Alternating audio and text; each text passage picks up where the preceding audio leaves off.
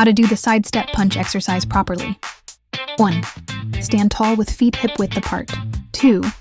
Keep your knees slightly bent, core engaged, and arms bent at your sides in a guard position, fists up near your chin like a boxer. Movement. 1. Step to the right with your right foot. Then quickly bring your left foot in to return to your stance, a small side shuffle or step. 2.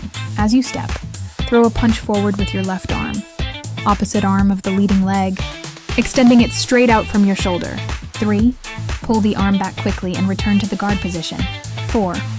Now step to the left, leading with your left foot, and punch with your right arm. 5. Continue alternating steps and punches rhythmically. Perform for 30-60 seconds per set. Keep it light and fast for cardio, or controlled and strong for strength and coordination. Keep your core engaged throughout to stabilize your body.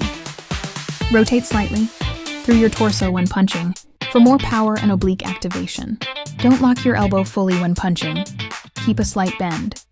Keep movements light on your feet, like in boxing. Please check my next video.